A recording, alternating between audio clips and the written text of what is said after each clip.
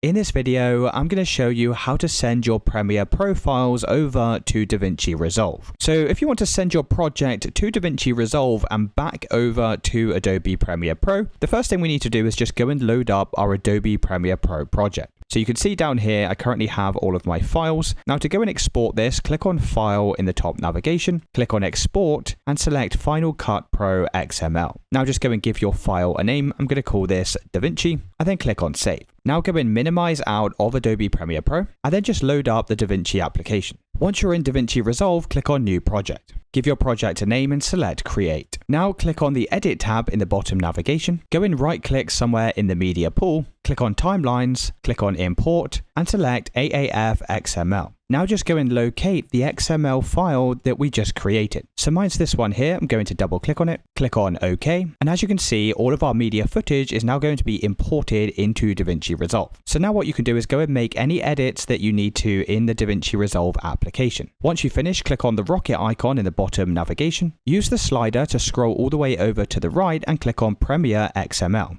Now you can give your file a name and select where you want to go and export this. Click on Add to Render Queue and click on Render All. Once this is finished rendering, you can close out of the DaVinci Resolve application and head back over to Adobe Premiere Pro. Now come over to the media browser in the bottom left-hand side and click on New Folder. You can decide to give this folder a name and then we're just going to double click on the folder. Now press Ctrl and the letter I on your keyboard and then just go and locate the file that we just exported from DaVinci Resolve. Once you've found your file, double click on it to open it and then just wait while it imports this into your project. Once it's finished importing, you can double click on this first file at the top and this is going to import back your video footage from DaVinci Resolve. If you did find this video helpful, then let me know in the comments and I'll see you in the next one.